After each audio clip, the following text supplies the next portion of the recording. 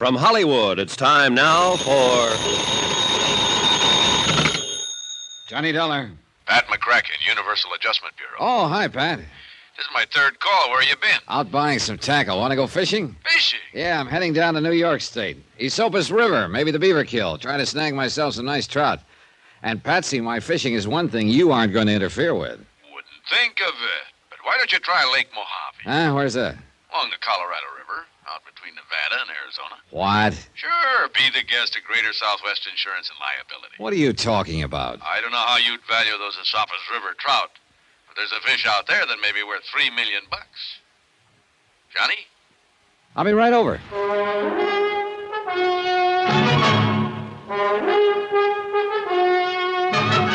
Tonight and every weekday night, Bob Bailey in the transcribed adventures of the man with the action-packed expense account, America's fabulous freelance insurance investigator. Yours truly, Johnny Dollar.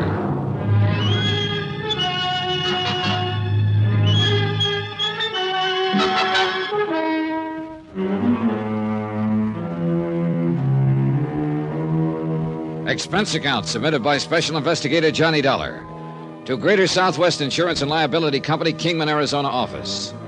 Following is an accounting of expenses incurred during my investigation of the Midas touch matter. Expense account item 1, cab fare from my apartment to the Universal Adjustment Bureau, 8242 North Spring. When I got there, Pat McCracken was standing holding the door of his office open for me. Buy in, Johnny, but don't bother sitting down. Now, what's that supposed to mean? It means you haven't got time. You all packed? Oh, you bet I am. For a trip to the Esopus and some of those pretty rainbows and eastern brook trout. Got a new lure oil called Fast Strike I want to try out. I hear it's great. Sorry, but if there's going to be any actual fishing, it's going to be for Lake Mojave bass. Says you. Here are your plane tickets. Here to New York, nonstop to Los Angeles, and out to Las Vegas. From there, you'll have to go to Kingman, Arizona by car. Slow down, boys. Slow down. The man to see in Kingman is Jake Kessler at Southwest Insurance. Oh, Pat. Yeah? You mind telling me what it's all about? The Midas touch mine. New racket and uranium? I said Midas. Gold mine. Oh, sure. Well, what's the insurance angle? Ask Jake Kessler when you get to Kingman. Well, but you can at least tell me what... You've only got 20 minutes to catch your plane to New York. You mean if I decide that... And with $1.5 million, maybe $3 million at stake, nobody's going to quibble too much over your expense account.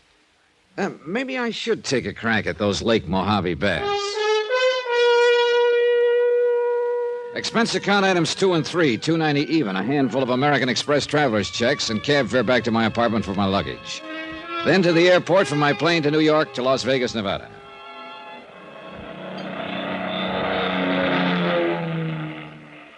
It was 11:30 p.m. when the big plane slowly glided down out of the clear starlit sky. And unless you've seen the millions, billions of stars that twinkle brightly through the clear, dry air over the Mojave Desert, you've missed a real thrill. We glided down toward the landing strip on the edge of the town of Las Vegas. From the air, the myriad multicolored lights made the fabulous resort sparkle like a field of jewels. Item 4, 30 cents phone calls to car rental agencies. They were all closed. Item 5, 65 cents per cab to the Flamingo Hotel, where I decided to spend the night and drive on to Kingman in the morning. Item 6, hotel overnight, food, and incidentals, $178.30. If you know Las Vegas, you know what that word incidentals means. 15 odd and black. Place your bets, please. Hello, the dice are passing. All right, there we go. 6 to the point. I'll say this much. I tried to make some expense money on the side, but, well, I guess I shouldn't have tried to cover so many of the gambling joints. If I'd stayed at the Flamingo, where I'd always made me a buck or two at the casino. But this time, Lady Luck just wasn't on my side. Anyway, well...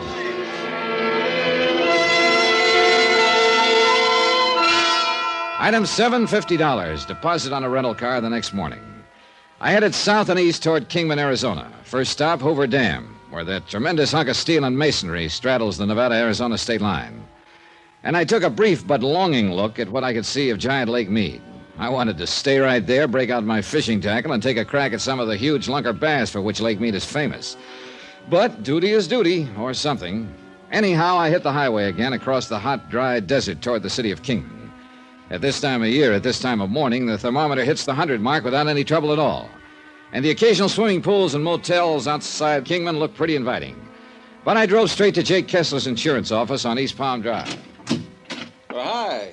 You must be Dollar. It's a good name. Come on in. Jake was tall, angular, well-tanned, and dressed in blue jeans, open denim shirt, high-heeled boots, and broad-brimmed hat. He looked as though he'd be more at home on a range pony than in this insurance office. All right, Dollar, let me tell you what this is all about. Okay, thanks, Mr. Kessler. Jake, you want the folks around town to think I'm putting on airs? Okay, Jake. By the way, Johnny, I hope you didn't make any arrangements to stay right here in Kingman, did you? No, my bags are still out in the car. Very good. I got a place waiting for you down at Catherine Landing. What's that? Lake Mojave Resort's what they call it now. It's nice cabins, good restaurant, nice people, right down at the edge of the lake. Too bad you aren't a fisherman. Well, I just happened to have brought along a couple of rods and reels. Good boy. Then you'll love it. Buster Favor down there will show you spots where you can haul in the prettiest mess of largemouth bass you ever saw. 5, 6 pounds, maybe more. Oh, stop making my mouth water, Jake. I'm supposed to be here working on a case. Well, every man's entitled to a little time off for fishing. And you look like you could stand some. Brother, you are killing me. Listen, Pat McCracken at Universal Adjustment Bureau said something about a gold mine. Yeah, I contacted Pat because I knew he'd know where to find you. It's the Midas Touch Mine, Johnny. And it's right down that neighborhood where you'll be staying. Well? The mine was abandoned back in the early 30s. Worked out, apparently. But about a year ago, Hard Luck Dennis took another look at it. Who's he? Dennis, yeah, prospector, promoter. Here and there, Arizona, Nevada, California, he's found himself an old mine, pecked away at it, and managed to scratch out a fair living for himself. You said promoter. Yeah, well, that was in Texas, mostly. Never was able to get the full story, but it appears he got some folks to invest in some kind of phony oil stock down there a couple of years ago and had to skip out. Couldn't have been too serious, so, because the law never bothered chasing him up here. Or else he was able to make things look legal enough. Could be. Anyhow, he's been back in this country for a while now, poking around the hills, looking for the big strike again. You know how prospectors are. Yeah, I've heard. Finally, a while back, he started prowling around the old Midas Touch. First thing you know, he'd got a lease on it. Well, I still don't see the insurance connection. You will. And you won't like it. Okay, go on. Well, next thing we knew, he'd got a report on some ore samples he'd brought into town here at the assay office. Johnny, well, you wouldn't believe it. Good, huh? Johnny, it looked like a prospector's dream come true. Ore worth about $1,100 a ton. All right, now, it takes money to work a mine like that, no matter how you figure it.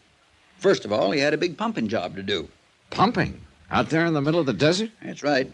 You see, when there was just the Colorado River running down the valley, it was different. But since Davis Dam was put in to form Lake Mojave about 10 years ago, the level of the water table in that whole area is raised considerably. Oh, I see. The Midas Touch was in a low spot, and parts of it were dug pretty deep. So now, with seepage from the lake feeding it, the lower level filled up with water. Yeah.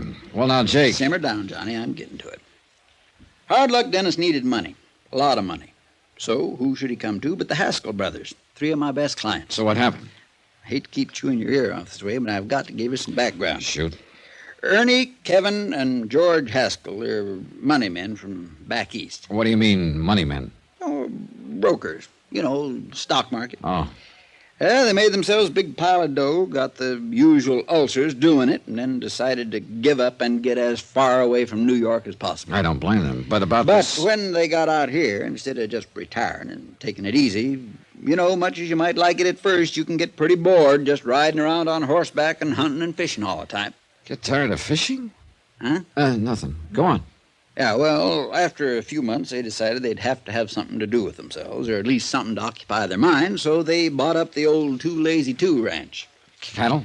80,000 acres north of Easton here. Not very good grazing land, but enough to keep 200-300 head of beef alive, and with Alex Bundy as their foreman, they did all right. Well, now let's get down to... Gentlemen ranchers, they called themselves, and that's just about what it amounted to. They built a nice house on the property, settled in it, and, well, not much work, but just enough worry and responsibility so that time didn't hang too heavy on their hands. Now, all their insurance is with my company, the Straight Life, that is. $500,000 apiece. And you're afraid something's yes, gonna... sir, $500,000 each and double indemnity. Wow. $1 million apiece in case of death by accident. Right. Accident. So, let's get back to Hard Luck Dennis. Well, that part's easy, isn't it? Is it? Sure. Dennis needs money to open his mine. The Haskell boys are obviously loaded. Right. First off, even before he got his lease, he tried to sweet-talk him into putting up some money, but after years of fooling around with those bulls and bears in Wall Street, they were too smart for that. So we took 'em down in the mine, let 'em chip off some samples of ore, and had 'em take it themselves down to the assay office. And was that the ore that you said tested so high? Yes, sir. And from the minute they saw the report on it, you couldn't have held 'em back with a 20-mule team. How much did they go in for? $20,000 apiece, cash, on the strength of a handwritten agreement with Hard Luck Dennis that they'd get 30% of whatever came out of the mine. Okay, Jake, now let's get down to business. Are you afraid that something connected with this Midas touch mine and Hard Luck Dennis has put the Haskell brothers in jeopardy? I'm afraid it's got beyond that, Johnny. Huh? 3 days ago, Hard Luck took the Haskells over to the mine again for another look. Yeah? Cave in. They finished digging their bodies out yesterday morning. All 3 of them. Hard Luck Dennis? He wasn't caught in that cave in. Where is he? Who knows? Then for you, it's a question of a $3 million payoff on the policies or $1.5 million. Yep, Johnny. A question of accident or murder. Then for me, it's a matter of finding a killer. Yeah, named Hard Luck Dennis. And when you do, look out for him. Yeah. Tell me, Jake, does anybody know I've come here to look into this? Oh, the whole town, I'm afraid. Maybe I should have kept it quiet. Well, sometimes it is better if... Where are the policies? Here, I'll get them for you. They're right in this little side office. Who are the beneficiaries? There's only one. The girl that was married to Kevin Haskell. The other 2 are bachelors. She lives at the ranch. She filed a claim yet? No. Has, Well, can you make the coroner's reports available to me? Anytime you want. You get through here. I'll take it for you. Johnny Dollar. I mean, this is the office of... You're the one I want to talk to. Huh? I want to talk to you. I want you to meet me alone. Oh? Who are you? Tell you where and when in a second. And don't come carrying a gun. Because, mister, I can outdraw you 2 to 1. Who is They this? call me Hard Luck Dennis.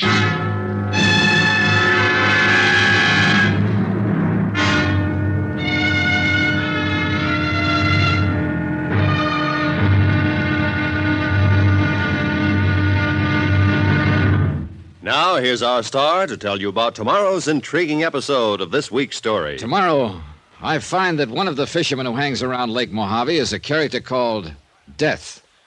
Join us, won't you? Yours truly, Johnny Dollar. From Hollywood, it's time now for... Johnny Dollar. I mean, this is the office of Jake... Dollar, you're the one I want to talk to. Huh? You heard me. I want you to meet me alone. Oh, who are you? Tell you when and where in a second. And don't come carrying a gun, because, mister, I can outdraw you 2 to 1. Who is this? They call me Hard Luck Dennis. Oh, you planning to add another murder to that of the Haskell brothers? 13 miles out of Kingman on the highway east. Little side road to the right, mark Yucca Trail. Now listen. Mile and a quarter on, you'll see an old miner's shack. Be there at 3 o'clock sharp. And what if I decide Remember what to... I told you? Bring somebody with you or try anything funny and you'll never get out of this desert alive. Hello. That call for me, Johnny? No, it wasn't, Jake. But I wonder why a killer would call me.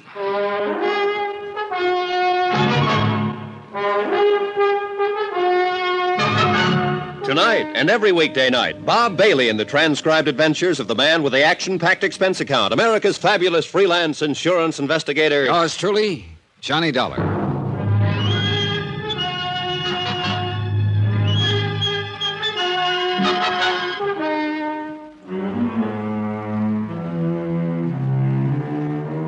Expense account submitted by Special Investigator Johnny Dollar, location Kingman, Arizona, to the Greater Southwest Insurance and Liability Company. Following is a report of expenditures during my investigation of the Midas touch matter. Jake Kessler, local representative for Greater Southwest Insurance and Liability, had laid it out pretty clearly. The 3 Haskell brothers, prosperous gentlemen ranchers, had taken out life policies totaling $1.5 million double indemnity, which meant that their death in what was supposed to look like an accident at the bottom of the Midas touch mine could cost Southwest a cool $3 million. And the finger of suspicion pointed straight at one Hard Luck Dennis, prospector and promoter. It was in Jake Kessler's office that I'd received the phone call from Hard Luck. Where did Hard Luck tell you to meet him, Johnny? Oh, I'll find it all right. Where? Look, I think I'd better handle this alone, Jake. Johnny, he's being hunted by every available policeman here in Kingman. He's a killer. Like I told you, he got $20,000 apiece from the Haskell brothers, cash. Then took 'em down to the Midas Touch and caved it in on 'em. All right, even supposing that he did. Why would he do it? Well, daggone it, that's as obvious as those two heads you're wearing. The mine is worthless. How do you know? Because smarter people than him gave it up over 20 years ago. I thought you told me the ore samples he brought out assayed at $1,100 a ton. Oh, now, look, Johnny, you know as well as I do that there's more ways to salt a gold mine than there is to skin a cat. You have any proof that Hardluck salted that one? No, but Tad Harding will. Who? Captain Tad Harding, please.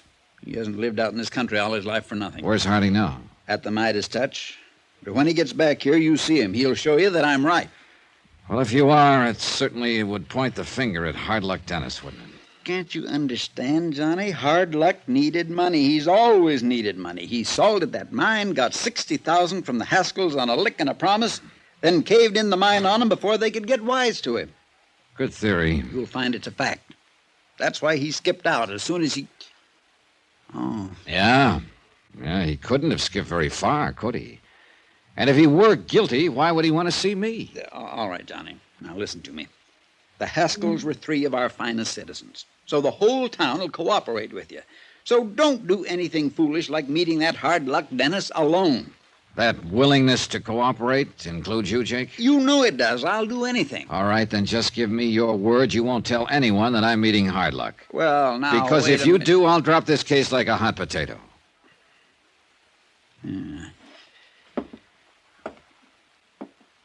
Well? Okay, Johnny, for the time being. Okay. I just noticed out the window. Tad Harding's car just pulled up in front of police headquarters. Then what are we waiting for? Let's go.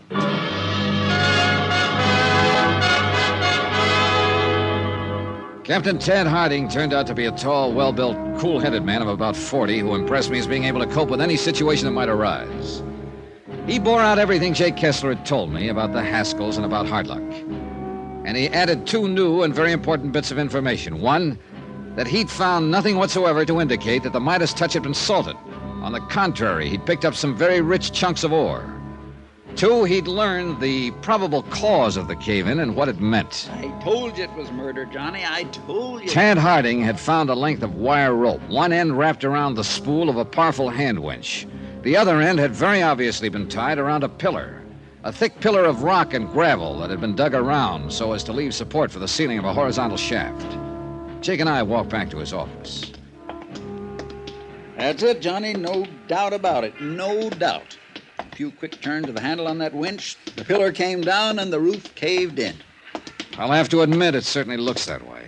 Well, at least the company's off the hook for $1.5 million of the insurance. If we can prove that somebody operated that winch while the Haskells were down there. Now, look, And Johnny. that means finding that person. I'm satisfied it was murder. Would the courts be? The court. Sure.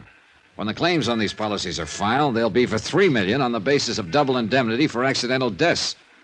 You can bet your last penny on that. Claims haven't been filed yet, have they?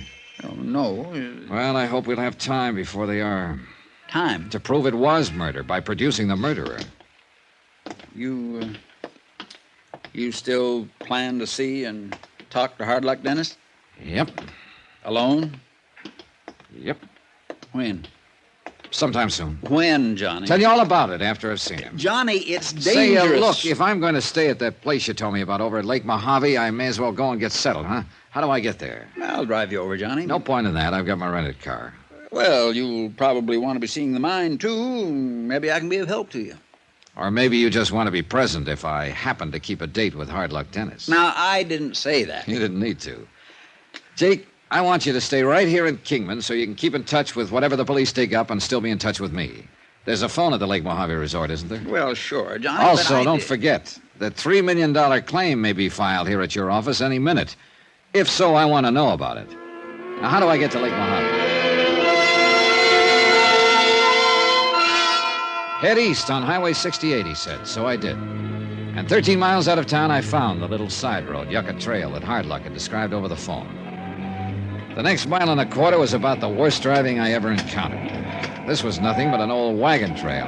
Several times the crankcase and rear axle scraped on boulders in the middle of it. The trail had dropped off sharply from the highway, and as far as I could see, there was nothing but sun-baked rock and gravel of the Mojave Desert, splotched here and there with withered sagebrush, tumbleweed, some weirdly shaped Joshua trees, an occasional yucca plant with its stalk poking upward like a huge candle, and too many kinds of cactus to mention. All of it surrounded by bleak needles and crags of rock, by high plateaus and mesas. The going got so bad, I'd almost decided to get out and walk when I spotted the old miner's shack that Hardluck had named as our meeting place. As I approached it, I could see no sign of life around it. Hello?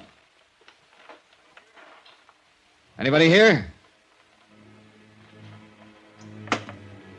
Hardluck Dennis?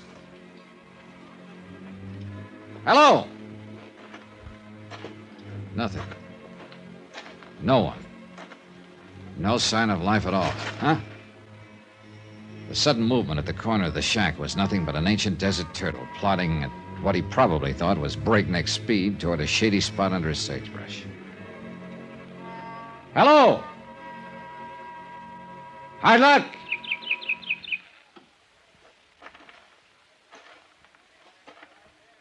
Anyone inside there?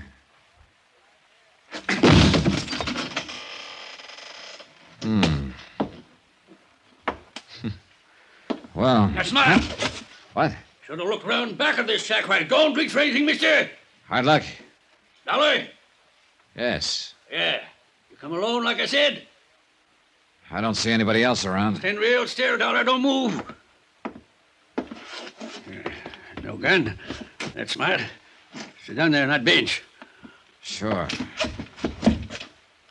Now, what's this all about, Hardluck? I didn't do it. That's what it's all about. I didn't do it. I didn't kill the Haskell boys. You understand that? I didn't think you did. No. Why not? Because if you had, I think you would have skipped the country. You wouldn't have asked me to come here and talk to you. That's right. That's right, Dollar. Oh, you just trying to soften me up. Not much point in that, is there, with you holding a gun on me?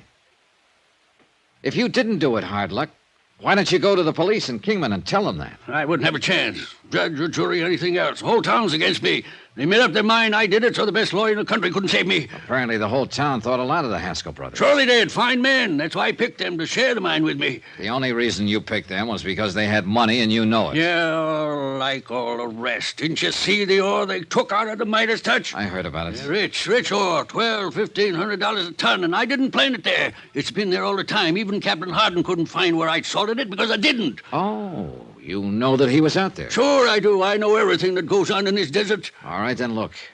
Suppose you put down that gun and tell me what happened the day the mine caved in on the Haskells. You bet I'll tell you. That's why I called you. But I won't put down this gun until I'm sure you're on my side. Well, then wave it in some other direction. You want to hear what I got to say? Then sit still and listen to me. First, tell me this. Was it murder? It was murder. Then who... But not by my hand. Then who did it? Do you know? Yes, I know. Who? They wanted to see the mine again. Get some more samples. That was last Friday. The day of the cave-in? Yeah, so I took them down there. Gave them a pick. Showed them where to chip it off down on the second level. Go on. But then I left them there for a minute. Why? I heard a car pull up, so I went back out. Went back to see who it was. There wasn't supposed to be anybody around that mine. I had it posted. But I'd heard this car pulling up. Well, go on. So I left the Haskells below and went on up. You said that. In a hurry I went. No time for my eyes to get used to the bright sunlight outside. All I saw was the car. When I stuck my head out, that's when it hit me. What do you mean? When what hit you? A rock, a club, or something. And it knocked me out. When I come to, the cave-in was all over. The Haskells were dead in there. And I knew what everybody would think, so I lit out, stayed in the desert. Well, do you know who it was who hit you? Sure, by the car. Who? The same one that made the cave-in. Who? Dollar, it was... Listen, there's somebody coming out there. You cheated me. You brought help. No, I did not. Hardluck, get away from the door. Duck!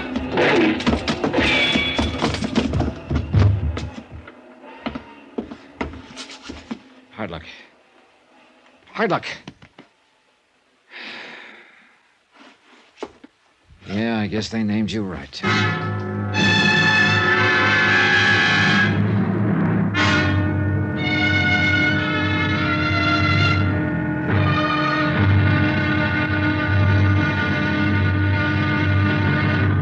Now, here's our star to tell you about tomorrow's intriguing episode of this week's story. Tomorrow, the so-called trackless desert yields a set of tracks that lead straight to... But if I told you, you'd know, wouldn't you? So join us, won't you? Yours truly, Johnny Dollar. From Hollywood, it's time now for Johnny Dollar, Jake Kessler returning your call, Johnny. I just got back here to my office. you been at the hospital? Yes, and it looks like Hard Luck Dennis may pull through. Has he been able to talk? He may never be able to. That bullet went right through his neck.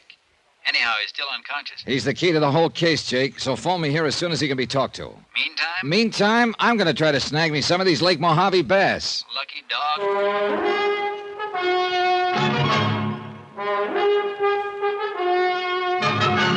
Tonight and every weekday night, Bob Bailey in the transcribed adventures of the man with the action-packed expense account, America's fabulous freelance insurance investigator. Yours truly, Johnny Dollar.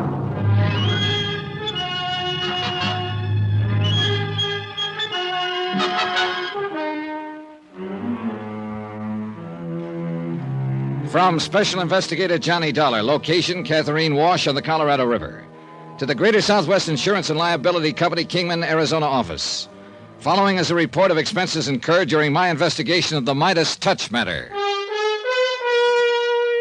Item 8, $6.20 gas for the rental car that I drove down here to the Lake Mojave Resort in the Colorado River just above Davis Dam. And what a place. Modern, comfortable cabin within spitting distance of the lake itself. Good restaurant, tackle shop, dock. In fact, everything to make a fisherman happy and to help him fight it out with the lunker bass that inhabit the 60-mile-long lake. But much as I wanted to fish, I had other things to do. First, I wanted a good look at the Midas Touch mine. On the advice of the manager, Ham Pratt, I took along Buster Favor, general factotum of the resort. I liked Buster immediately. Short, stocky, cheerful, and with keen eyes that took in everything that went on about him. Little side road to the left, Johnny. Okay. So old Hard Luck Dennis got shot up, huh? Yeah, apparently because he knew too much. You see, when that cave-in occurred at the Midas Touch and killed the Haskell brothers... You better go into second gear on this road. Okay, right. Why, Hard Luck was the only person known to have been there with them. Couple that with the fact he just got $60,000 from them to reopen the mine. Well, that mine's worthless, Johnny. Yeah, so I understand. Anyhow, naturally enough, everybody decided Hard Luck had done it. You know, before the brothers could get wise to him. He's a funny old character. Pretty nervous when I saw him. He almost took a shot at me a couple of times when he didn't like something I said. Instead, he got it. Yeah. While he was just prospecting, he was all right. Managed to get enough out of the ground here and there to live on. Some left over for a Saturday night binge now and then. Hey, you see the workings up ahead? Right. But when he couldn't seem to make a big strike like every prospector tries for... That's when he tried finding suckers for some of his fancy promotions, huh? Yeah, but he really wasn't very good at it. They threw him out of the Texas oil country, you know. Yeah, so I heard. Well, so that's the Midas Touch. Not too many of this kind of mine anymore, with the entrance going into the hillside this way. You know, I better use this flashlight. Okay. Hey, tell me something, Buster. If this mine is worthless, how could Hard Luck get the Haskell brothers to chip off chunks of ore that assayed over $1,000 a ton? Well, I got kind of a theory about that. Let's see if I'm right. Everything's so covered up with dust down here, not having been worked for years, it ought to be easy to see where they knocked off chips for a sample to take back. Well, what are you doing down here? Holy smoke, that's a rattler. Yeah. Guess he decided to get in out of the hot sun out there. Well, here, I'll find a big rock or something. No, you just wait. Handle to this old pick here. If I can get him to strike at it, maybe I can grab him by the tail and... Watch it! And crack him like a whip. Oh, so help me, Buster. Sometimes you do it right, you can snap their heads right off. Got to be careful, though, not to snap that head against your own self. Oh, brother. Yeah, I can see what you mean. No chance of somebody having planted that snake down here, is there? You mean like the scorpion in the monument? Huh? You know, those little neat piles of rock you see here there in the desert, 2-3 feet high. I thought those were where some prospector had staked a claim. Markers. Yeah, they are. Monuments, they call them. In the old days, they always did it the same way. How is that? Well, pull a couple of stones away, you'd find an old Prince Albert tobacco tin. You open the tin, you'd find two things in it. A piece of paper describing and marking off the claim, and a scorpion. Alive? As long as he stayed alive. That meant stay away, no trespassing. This is mine. Well, I'll be darned. Now, look here. Here, Johnny, on this pillar. That was the pillar that was left by digging around it to hold up the ceiling. Oh? You see where some of it was knocked off with a pick? Yeah, Hey, wait a minute, Buster. That looks like yellow. That looks like gold. That's what it is. Then this mine is rich. No, Johnny. You mean the only gold ore left down here is in these pillars? That's right. And without them, the roof would cave in. Well, couldn't it be shored up with wood? Why? Only 2, 3, 4 of these left down here. Probably not more than a ton in all. Not worth it. Oh, yeah, I see. But worth using it to bring in the suckers. Yeah. Well, now you want to see how the cave in on the Haskell. Now, what in the Sam hell is this doing down here? This winch and length of wire rope. Isn't that the answer to the cave-in? Tad Harding over at headquarters in Kingman seemed to think so.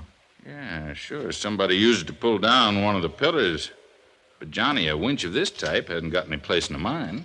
Where would a rig like this be used? Well, every ranch in this whole area probably has a couple. Cattle ranch? Yeah, that's right. That gives me an idea. About who did it? At least it gives me a lead to an idea. Or at least the kind of questions to ask Hard Luck Dennis. Well, I thought you said he was still unconscious. Yeah, so I'll have to wait. Well, let's get out of here. What do you plan to do now? Oh, just wait, I guess. And do some fishing while I wait. Oh, now that's right down my alley. Only first I'm going to knock off a bit of this ore for a souvenir. Yeah, this old pick ought to do. Well, now take it easy, John. I said take it easy.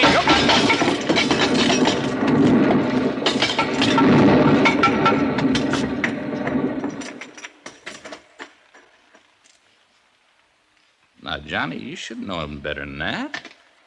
Here, let me help you out of that pile of rubble. My face was pretty red as we drove back to Lake Mojave. Only once did Buster mention the fool thing I'd done. Yes, sir. If you'd banged away at one of the pillars further in the shaft, we'd have been in real trouble. Probably ended up like the Haskell brothers. And I suppose instead of planning on going fishing, I should have been cooking up some new angle of attack on this case. But after all, I had been promised fishing time on this trip. And until Hard Luck Dennis could recover enough to talk...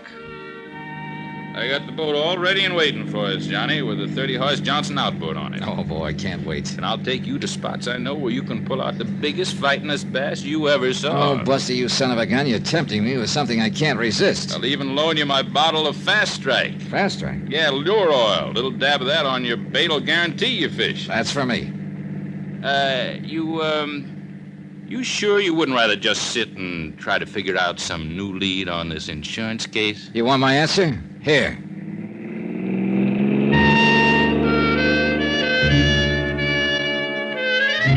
But, as luck would have it, Ham Pratt was standing down by the dock waiting for us with a message for me. Call Kingman operator number 37. I made the call.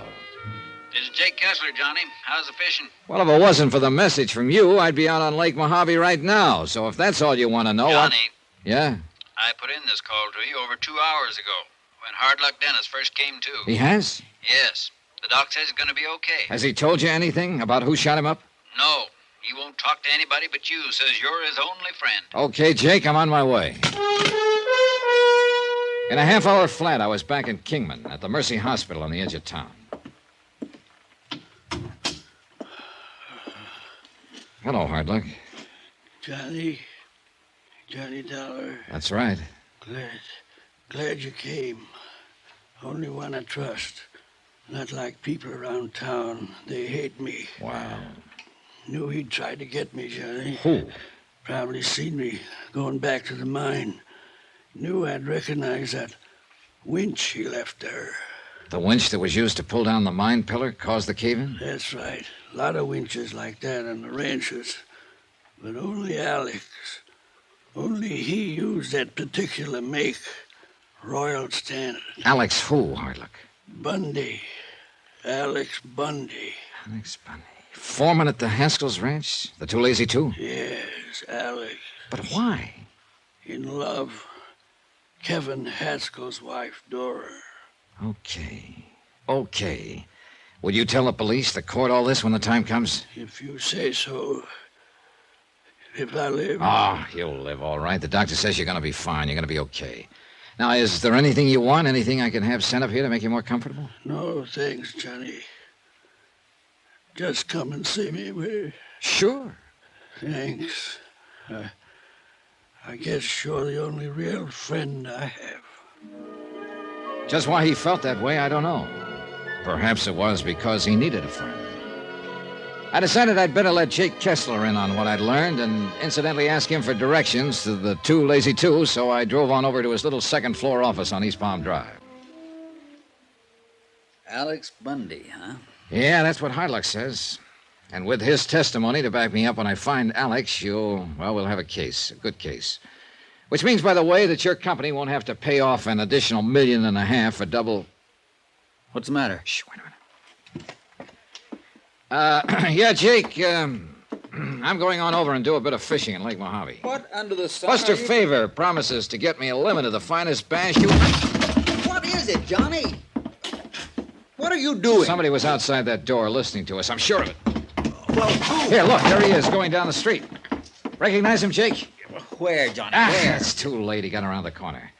But if it's who I think it is, yeah, he must have heard all that was said in here. Alex Bundy, huh? What's your guess? I've been thinking, Johnny. Yeah? Old Hardluck Dennis has been the key to this whole case right from the first. He still is, more than ever after what he told me. All right, then. Excuse me. Jake Kessler speaking. Oh, hello, Chief. I was just... Huh? What? Oh. What's the matter, Jake? What's the matter? You look like you've seen a ghost. I was Tad Harding at headquarters. A fire escape outside the room at the hospital. Huh?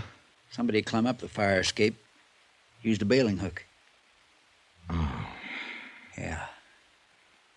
He's dead now. Hard luck.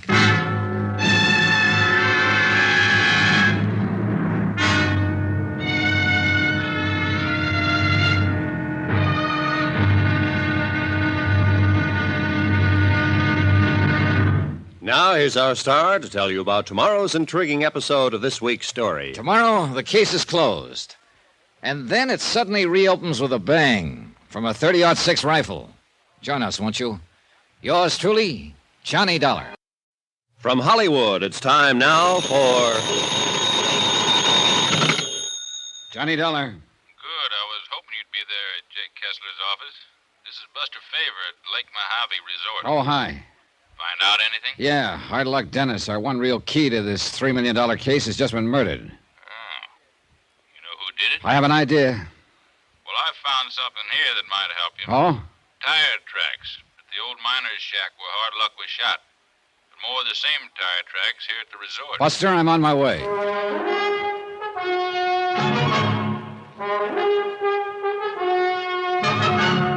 Tonight, and every weekday night, Bob Bailey in the transcribed adventures of the man with the action-packed expense account, America's fabulous freelance insurance investigator. Yours truly, Johnny Dollar.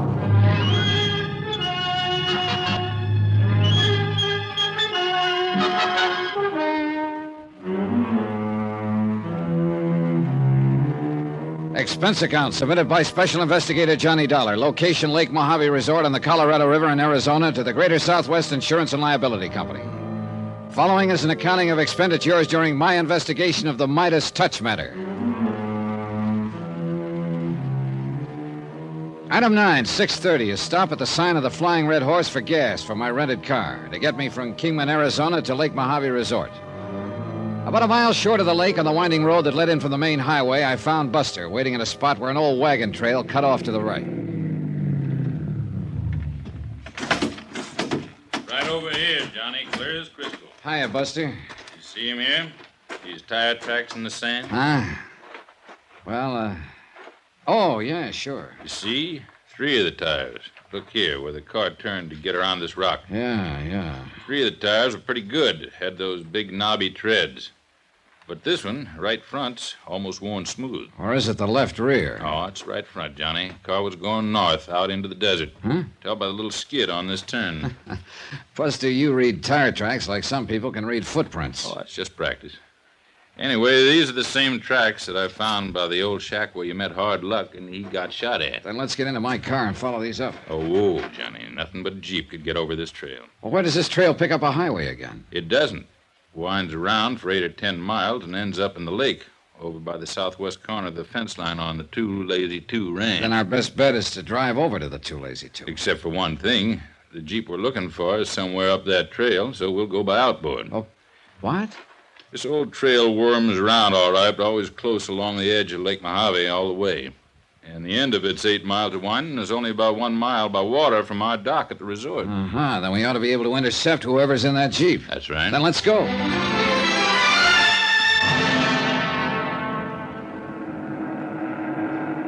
Lake Mojave was clear and calm and beautiful, perfect for fishing. But we had other things on our minds as the 30-horse outboard pushed our 14-foot aluminum boat along at better than 25 miles an hour. We stayed fairly close to the Arizona side. Look, Johnny, see that streak of dust along the shore? Yeah, somebody's been driving along there, all right. Still is.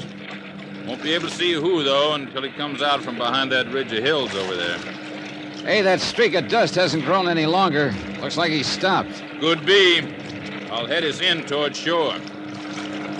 No, I still don't understand why he'd be driving out on that dead-end trail, though, unless he wants to dump a body or something in the lake. Now, that's a morbid thought. All right, but if it is a killer you're looking for... You said that trail ends at a corner of the... Hey, wait a minute, Buster. Yeah? If it's who I think it is, he overheard me tell Jake Kessler I plan to go fishing out here today. So? What was that? The motor giving you trouble? What was what? There. Hear it? Yeah, I heard it, but it wasn't the motor. Hey, That's funny. Buster, look, we're taking in water, those holes in the bottom. Here, you take this can and start bailing. Right. I would drill a lot of holes. No, wait a minute. Look at them close. They're bullet holes. Holy smoke, you're right. Hey, that was a shot. Came from over on shore. I saw the puff of smoke over in that patch of sagebrush. Come on, let's get out of here. Swerve us around, Buster. We've been a pair of sitting ducks. Man, you are right. Keep on bailing and keep your head down. Swing us around that little point there, and we'll be out of range. Wow, you see that spread of water beside us? That guy can shoot. You aren't kidding. Okay, Buster, you can ease her up now. We're out of his line. Yeah. Well, I guess we pulled a boner, Johnny. Why not having somebody posted on that road while we came out here? Now he can climb back in his Jeep and... There, you see? Trail of dust again. Going back toward the highway. I see it.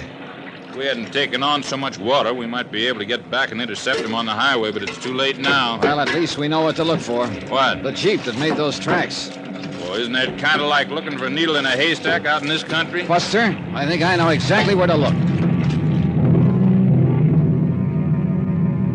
I believe I must have bailed a good 5 gallons of water out of that boat by the time we reached the dock. Then Buster insisted on going along as I headed back up the highway toward Kingman. We stopped where the old trail cut in, only long enough to see if the Jeep tracks had come back on the highway. They had. Now that we're on the way, Johnny, where are we going? Any of these ranches out here use Jeeps, Buster? Most all the big ones, but... Including the Two Lazy Two? Yeah, that's right. Now, wait a minute. I didn't ask you who you thought was shooting at us out there on the lake. Who you thought overheard you talking about going fishing. I figured if you wanted to tell me, you would. Oh, the trouble is I still can't prove anything. All right. Now, let me tell you who can shoot like that, and with that kind of a gun. It was a 30-06. You could tell by the sound? 30-06 with a long barrel. That could mean it had a scope sight. Almost have to for that kind of shooting. Alex Bundy, foreman at the Two Lazy Two. That's who Hard Luck Dennis said shot at him. And it ties up, Johnny. Does it? He got a few too many under his belt one night at a dance party in Kingman. Yeah? Started yapping his head off about how a lot of soft-living millionaires from back east could come out here and own the place while he had to do all the work. It wasn't fair. Worm would turn sometime, even if he had to help it turn, and he'd be the one who counted the money. That's about the time everybody started talking about him and Dora. Dora? Wife of one of the Haskell brothers that was killed on the mine. Oh. Kevin Haskell. Go on, Buster. Seems Alex and Dora were seeing a lot of each other on the sly. Everybody kind of stood around waiting to see if Alex was trying to get some control of the ranch that way. That's Union Pass right ahead. Hmm? Just over the tops of road to the left. Shortcut to the Two Lazy Two. Oh. That's where you want to go, isn't it? Yeah, Buster, that's where I want to go. was only a couple of miles into the ranch's fence line, but a good 3 miles further to the main house and its cluster of outbuildings. Buster's sharp eyes first noticed the Jeep parked by the side of what looked like a big tool shed, and I drove slowly past it. Slowly enough so that he could study its tires and the tracks on the dusty ground. Uh-huh. Well? That's the one, all right. Then keep an eye out for Alex and that gun of his. Yeah, and be ready to duck. Try the main house. Okay. You know, I got a kind of funny feeling now that we're here, we should have brought a posse along. Afraid it's too late for that now. That is a gun bulging under your jacket, isn't it? Oh, yeah. But I'm wondering what chance a little .38 lemon squeezer has against a high-powered rifle. Well, come on. And keep your eyes peeled. Johnny, I'm beginning to feel like I'm right in the middle of an old-time Western movie. Maybe you are, Buster. Maybe you are. Why, Buster? Oh, how are you, Dora? Don't just stand there. Yes, ma'am. The woman standing on the porch of the old house looked strangely out of place on this big western desert ranch. Perhaps it was because of her clothes, two-tone sports shoes, and a crisp, well-tailored white linen dress that served to accent the lines of a trim, athletic figure and go perfectly with her short, boyish-cut hair. Ms. Haskell, this is Mr. Dollar. Johnny Dollar. Hello, Mr. Dollar. Jack Kessler told me you were here. Come in, please. Okay, thank you. I suppose he told you why I'm here. No, leave the door open for the breeze. Oh. He said to investigate the death of my husband, Kevin, and his brothers in that mine accident. Sit down, won't you? Thank you. Do you think it was an accident? According to Mr. Kessler, you don't. Why? Because it means his company would have to pay only $1.5 million to me instead of $3 million? Somebody found pretty concrete evidence there in the mine that one of the rock pillars supporting the roof had been deliberately pulled down. Hard luck, Dennis. If what you say is true, he must have done it. It was Hardluck who told me about it, who showed me the winch that was used to do it. And that winch, Mrs. Haskell, could have come from only one place around here. This ranch. Oh, no. No, you can't mean that somebody here at the ranch did it. Kind of looks that way, doesn't it? But who? That's what I hoped you might be able to tell me. Who beside you could profit by the death of your husband and his brothers? Who here at the ranch? Alex Bundy, perhaps? Alex, how? By marrying into the family? What are you talking about? That is, of course, if one of the Haskell brothers were to die. Kevin, perhaps. That's absurd. Oh? I had a notion that you and Alex were somewhat interested in each other. Well, you're wrong. He may have been interested in me. He was, as a matter of fact. He made it very difficult for me. How do you mean that? He kept trying to force his attentions on me. And you didn't reciprocate? Of course not, because Well, go on. I knew what his real motives were. All right, go on. This ranch. This ranch is what he wanted. He knew that Kevin wasn't well. That's why Kevin had come out here with his brothers in the first place. I did hear that he was having a little trouble with his lungs, Johnny. He didn't have long to live. Not many years, that is. Even in this hot, dry air. So Alex did it. Oh, it sure looks that way, doesn't it, Johnny? What led you to look for him here? It was Alex Bundy who shot up Hardluck Dennis. Then somebody overheard me say I was going fishing down at the lake. That's where I was shot at, by somebody who was not only a crack shot, but more important, was driving the Jeep that's parked outside. The Jeep was gone from here this afternoon. Do you know where Alex Bundy is now? He must be somewhere around the ranch. And you must get him, Mr. Dollar. I'll help you. I'll help you find him. But don't go unarmed. Here, I'll give you one of my rifles. Hey, that collection of high-powered rifles is yours? Yes, at a national rifle team in college here. I'll give you ammunition. And Buster, you take one. This 30-30. Now, I don't know, Mrs. Take it. What Mr. Dollar says about him is true. Alex may try to shoot before you... Mr. Dollar. Dora! Mr. Dollar, be ready when he comes in. Dora, why don't you tell me you were through with the Jeep? You know I wanted to use it this afternoon. Dora? Well, well. Don't move, Mr. Dollar. Your gun isn't loaded.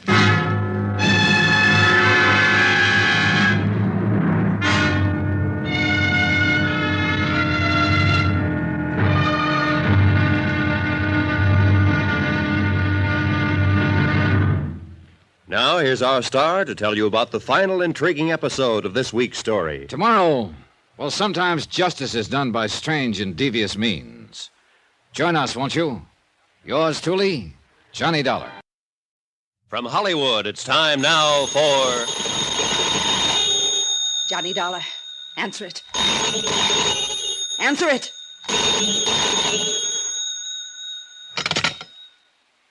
Johnny Dollar.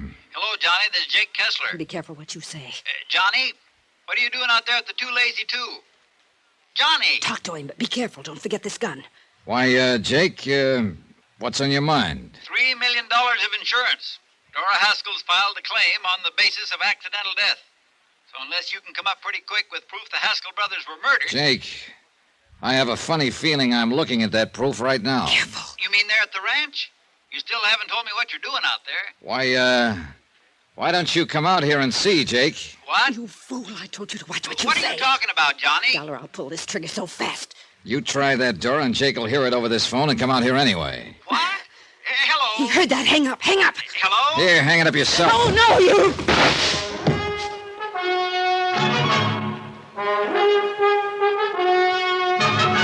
Tonight and every weekday night, Bob Bailey in the transcribed adventures of the man with the action-packed expense account, America's fabulous freelance insurance investigator. Yours truly, Johnny Dollar.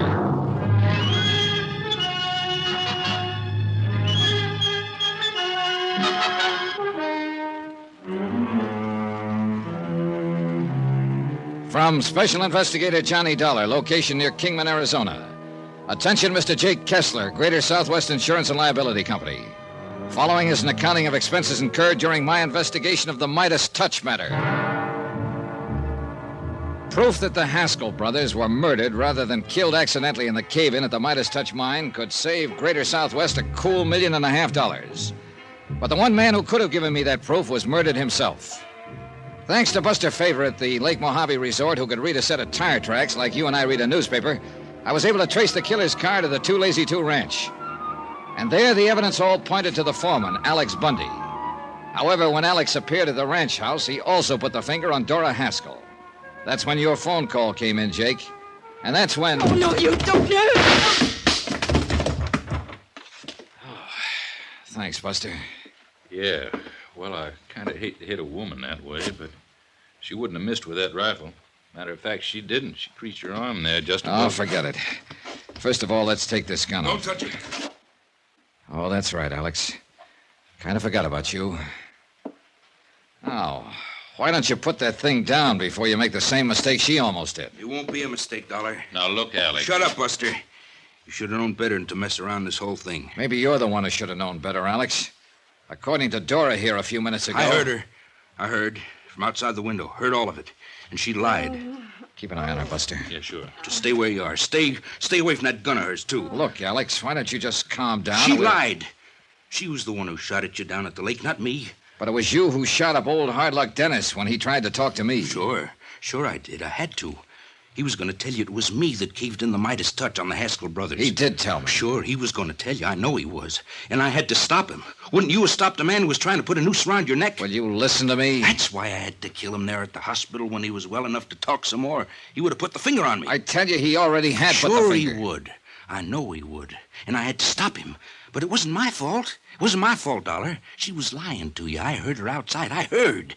She was trying to lay it all on me, but she's the one, not me. In spite of your murder of Hard Luck. I had to. Don't you understand me? I had to. Look, why don't you put down that gun and listen? She's the one all the way from the start. I'm not dumb, Dollar, but she was smarter than me, and she kept getting me in deeper and deeper. I'm a good ranch foreman, Dollar. See for yourself what I done for the Too Lazy Two. But this kind of thing I don't know about. So she got me in deeper and deeper right from the start. Just how did it start, Alex? I'll tell you. I'll tell you how it started. I got drunk one night over in Kingman. So I heard. Made a lot of foolish talk about wanting the Too Lazy Two for myself. Any foreman wants to have a big ranch of his own. Any of them ask him. You ask him. Isn't that true, Buster? You know. Alex, give me that. No, stay back. You stay back. I want him to know. I want him to know everything. She heard about what I'd said, understand? Then she came to me, sweet-talked me. Said I could own the Lazy Two. Along with her. Made it sound so wonderful, just me and her. But then when she started plotting how to get rid of her husband, well, she thought he was going to die when he came out here, but he didn't, see? So she started plotting how to get rid of him. And I was scared about that. But she told me I was already in it on account of I knew about it, so I better help her. So what else could I do? And all the time she kept me thinking how wonderful it would be, just me and her. Do you know what that means to a man, Mr. Dollar? Well, I can... So I helped her with the boat. You know the time, Buster. You mean when the Haskell sank during the windstorm out on the lake? Yeah, because I fixed the boat. I took out the flotation tanks and weakened the transom, so any kind of strain it would sink, and it did. Brother, you're in so deep. But you went after him. You saved him, didn't you, Buster? Yeah, I guess I did. So, but then I wasn't too deep, you see? You understand? Yeah, Alex, I understand. And I'm afraid that you're... But she thought of the mine. She made me tell old Hard Luck to take him out to the Midas touch because he thought there was still gold in it. Johnny, did Hard Luck tell you the door got him started on that pit? No, but he would have. That's why I had to kill him. Because he would have blamed her. And then she would have blamed me, the way she did you just now, don't you see? All she was doing was using me. You didn't come out here looking for her. You were looking for me, weren't you? Yeah, Alex, I guess we were. And if there'd been a fight, if I tried to gun you down, she would have killed me. Then she would have been in the clear, don't you see? She would have killed me the way she made me kill Hard Luck. It took you a long, long time to realize it, didn't it, Alex? There were a lot of things you didn't realize. But what's done is done, and you can't ever change it. You're in so deep, there's no way out for you now. And you know it, Alex. But you're not going to make things any easier for yourself. No, get back, I tell you. I'm in so deep I can't get in any deeper. That's what you really mean, isn't it? So my only chance is to kill you and try to get away with it. Alex, now, listen. Look, boy. But before I try it, I'm going to kill her. I'm going to kill her because of what she's done to me. Listen, you crazy mixed-up guy. Sure. Maybe I am crazy. Maybe I've been crazy all along, but I'm going to kill her. You hear me? I'm going to kill her now. Oh, no, you're not... Dora! Grab her gun, Buster. Look out, Johnny! Okay, Alex. Okay, you've done it. Added one more murder to your list. And I'm glad. I'm glad I did it. Then put that gun down and listen to me. I'm gone. If you try to follow me, I'll kill you, too. Come on, Johnny. I've got her gun. No good. It's jammed. That's why she couldn't pull it on him. She did? Yeah. We can't just let him get away. Here, Buster, while I make a phone call, see if you can find a gun for yourself and some ammunition. You sure she's dead? Yes. Hello, operator. Couple of 38 handguns here, Johnny. And find some ammo. Operator. Operator, get me Kingman 19970, emergency. All set with his sidearm, Johnny. You want a rifle or do you... Jake, Alex Bundy has killed Dora Haskell and headed for parts unknown. Yeah, that's right. Call Ted Harding at headquarters. Have him put a roadblock on every highway leading from this ranch. Be sure there's a block at Davis Dam so he can't cross over into Nevada. Yes, that's right. He can phone him down. By the time I hung up, Buster had my rented car started and waiting, so he took off on the main road leading from the ranch. We could still see the dust left by Alex Bundy in the Jeep. Could see that when he swung onto the highway, he'd turned right toward Lake Mojave. We saw no dust on any of the side roads, so we kept on going down toward Davis Dam, hoping that by the time he could get there, the roadblock would be set up. We'll be able to see you when we get to the top of this hill, Johnny. Good. Yeah. There, you see him? Cars across the road over the dam. That means he will have seen them. And there's only one place he could go. Lake Mojave Resort. Right. 10 is just up ahead. All right, we'll take it on 2 wheels. Glad we aren't having to track him this time. Huh?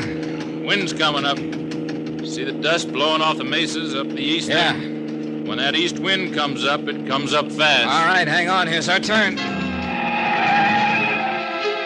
Buster was right. By the time we got down to the dock at Lake Mojave, the wind was blowing a gale. The Chief we'd been chasing was parked next to the tackle shop, and no sign of Alex Bundy. We learned the reason from Ham Pratt, general manager of the resort. Hey, Johnny, Buster, what's going on here? Plenty, Ham. Listen, Ham, did you see where... Alex Bundy came down the road like a bat out of Hades a couple of minutes ago. Where'd he go? Jumped out of his Jeep waving a rifle, tore down to the dock, and took off in his outboard runabout. Got a boat for us, Buster? Yeah, sure have. Come on. You want me along? No, 2 of us is better, Ham. We'll need all the speed we can get out on that lake. You're right. That boat of Alex's is the fastest one of the lot. 2 30-horsepower Johnsons. Here we are. Climb in, Johnny. Cast us off, Ham. Right, sharp. Fire her up. Here we go.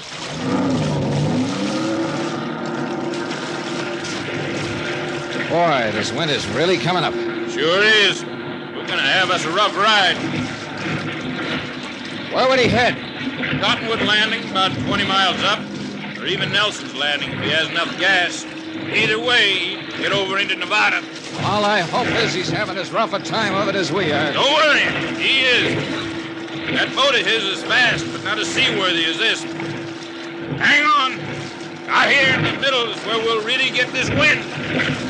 And we did. And unlike salt water where the wind builds up long swells that you have a chance of riding over, this lake developed a chop. Waves only 3 or 4 feet high, but one on top of the other. With a less skillful hand than Buster's at the wheel, we would have swamped in a minute.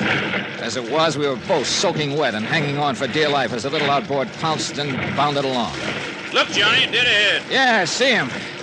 Hey, he's making an awful lot of speed. Too much speed for that hull of his in this kind of weather. He'll pound the bottom out of it. What do you think you're doing to this boat? Oh, this'll hold together all right. It was a mad chase, a crazy one. And then I noticed that we were slowly but surely gaining on Alex. I knew he couldn't take it in that hull.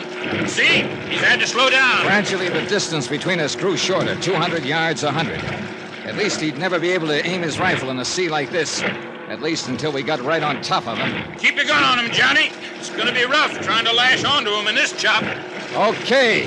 When you pull us alongside him. Then it happened. As we came up on him, Alex suddenly swung his boat straight in at us and gunned his 2 motors wide open. Hey! What's the gun?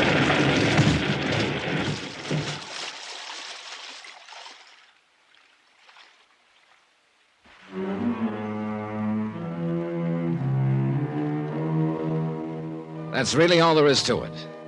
Oh, except that Ham Pratt, bless his heart, had followed us with an outboard cruiser and picked us up. Alex, well, the shock of crashing into us must have wedged him into his boat. And with the bottom of it torn out, it sank like a rock, and he went along with it. Expense account total, including transportation back to Hartford, $978.35. Remarks? There was no question, of course, but that the Haskell brothers had been murdered. No double indemnity. And Dora's little scheme to collect a cool $3 million, well, it got her exactly what she deserved. Won't people like that ever learn? Yours truly, Johnny Dollar.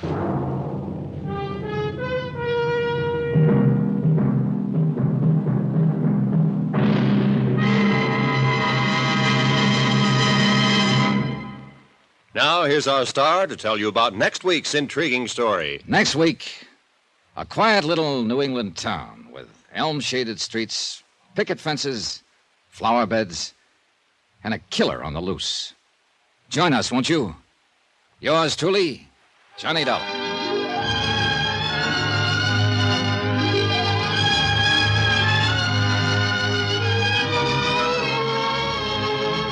Yours truly, Johnny Dollar, starring Bob Bailey, is transcribed in Hollywood. It is produced and directed by Jack Johnstone, who also wrote this week's story.